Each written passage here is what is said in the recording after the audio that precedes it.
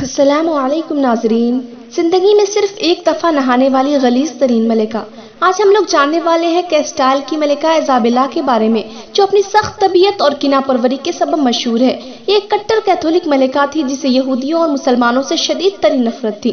یورپی ملک اسپین میں سینکڑوں سال سے قائم مسلمانوں کی حکومت کے مکمل خاتمے کا سہرا اسی ملکہ کے سر جاتا ہے۔ اس دور میں رومن کیتھولک مذہب کے مطابق نہانا عیاشی اور ایک برائی تصور کی جاتی تھی۔ چونکہ ملکہ ایزابیلا بھی ایک راسخ العقیدہ کیتھولک تھی، اس لیے اسے نہانا سخت ناپسند تھا۔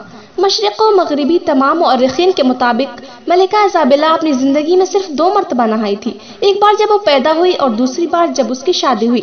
شادی کے بعد کی زندگی یا مرنے کے بعد تک اس کے غسل کرنے کی کوئی روایت نہیں ملتی، لہٰذا اسے تاریخ میں متعفن ترین ملکہ کہا جاتا ہے۔ وہ اپنے جسم سے اٹھنے والی بدبو کو مختلف عطریات سے دفع کرتی، جو فرانس کے شہر پیرس سے منگوائے جاتے تھے، اسی لیے آج تک پیرس پرفیومز کے حوالے سے خاصا مشہور ہے۔ جب وہ بحیثیت فاتح مسلمانوں کی ریاست غرناطہ میں داخل ہوئی تو اسے جا بجا مسلمانوں کے تعمیر کردہ حمام یعنی غسل خانے نظر آئے۔ ایزابیلا کی مسلمانوں سے نفرت کی ایک وجہ یہ بھی تھی کہ وہ نہانے دھونے کا خاص اہتمام کیا کرتے تھے، اس لیے اس نے مسلمانوں کے گھروں سے ملحقہ تمام حمام گروا دیے اور اس کی پیروی میں مسلمانوں کے لیے غسل کرنا ممنوع قرار پایا۔ ایزابیلا نے ایک پولیس فورس بھی تشکیل دے رکھی تھی جس کا کام صرف یہ معلوم کرنا تھا کہ ریاست میں کوئی شخص نہا تو نہیں رہا ہے، اور پھر ایسے شخص کو سخت ترین سزائیں دی جاتی۔ ایزابیلا ہی وہ ملکہ تھی جس سے امریکہ دریافت کرنے والے جہاز راہ کرسٹوفر کولمبس کی اس وقت مالی امداد کی جب وہ ہندوستان کے سمندری راستے کی تلاش پر روانہ ہوا تھا۔ کرسٹوفر کولمبس جب امریکہ سے واپس لوٹا اور اس نے ایزابیلا کو ریڈ انڈینز یعنی امریکی افراد کے بارے میں یہ بتایا کہ وہ لوگ روز نہاتے ہیں۔ روز نہانے والی بات ملکہ کے لیے اتنی ہولناک تھی کہ وہ کانپ کر رہ گئی اور اس نے نئی دریافت ہونے والی سرزمین کے باشندوں پر بھی نہانے کی ممانعت عائد کر دی۔ یہ تو تھا یورپ کی عظیم ملکہ ایزابیلا کی صفائی ستھرائی کا عالم۔ اب کچھ روشنی ڈالتے ہیں اس ملکہ کی زندگی اور اس کی سیاہ کرتوتوں پر۔ ایزابیلا اسپین کی ایک ریاست کے اسٹائل کے بادشاہ جون ثانی کے گھر 1451 عیسوی میں پیدا ہوئی۔ اس کا ایک سوتیلا بھائی ہنری IV بھی تھا جو باپ کی وفات کے بعد بادشاہ بنا۔ بادشاہ بنتے ہی اس نے ایزابیلا اور اس کے چھوٹے بھائی اور ماں کو ایک دور دراز قلعے میں نظر بند کر دیا، جہاں یہ لوگ بہت ہی غربت اور قسم پرسی میں زندگی گزارنے لگے۔ ایزابیلا وہیں سے تعلیم حاصل کی اور بعد ازاں وہ شدت پسندی کی طرف راغب ہوئی۔ اس کا چھوٹا بھائی جلد ہی پراسرار طریقے سے مارا گیا۔ اب ہنری IV نے اپنی بیٹی کو ملکہ بنانے کی غرض سے ایزابیلا کی شادی اس کی مرضی کے خلاف طے کرنے لگا تاکہ تخت کا راستہ صاف ہو سکے، لیکن قسمت کو کچھ اور ہی منظور تھا۔ کیسٹائل کے پڑوس میں ایراگون نامی ایک ریاست واقع تھی۔ ایراگون کے بادشاہ نے خفیہ طور پر اپنے بیٹے فرڈینڈ کی شادی ایزابیلا سے کر دی اور وہ بھاگ کر ایراگون چلی گئی۔ 1474 میں ہنری IV کی وفات کے بعد کیسٹائل واپس لوٹ آئی اور تخت و تاج پر قبضہ کر لیا۔ اس کا بھائی ہنری IV بہت ہی عیاش حکمراں ثابت ہوا تھا جس نے کیسٹائل کو بھاری قرضوں تلے دبا دیا تھا۔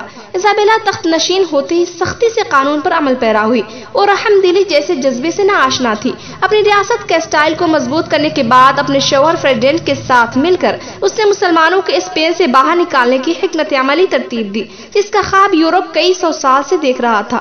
2 جنوری 1492 مسلمانوں کی تاریخ کا سیاہ ترین دن تھا، جس دن سقوط غرناطہ عمل میں آیا۔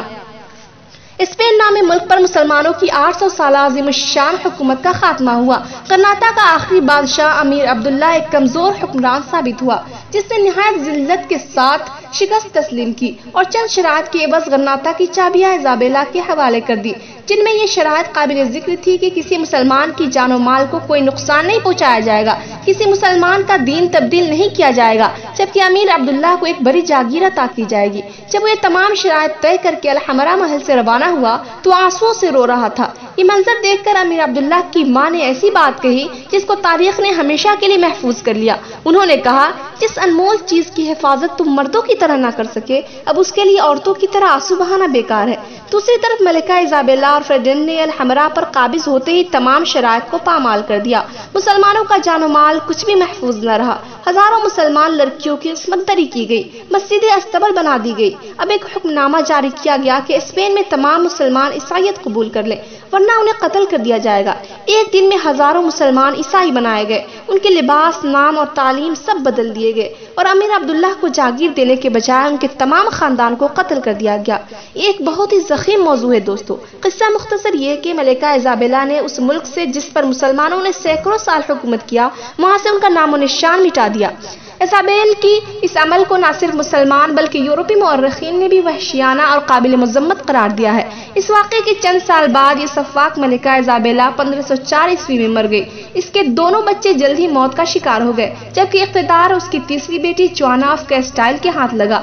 یہ ملکہ یعنی جوانا آف کیسٹائل بھی اپنے پاگل پن کے حوالے سے خاصی شہرت کی حامل ہے، جس کے بارے میں ہم بعد میں گفتگو کریں گے۔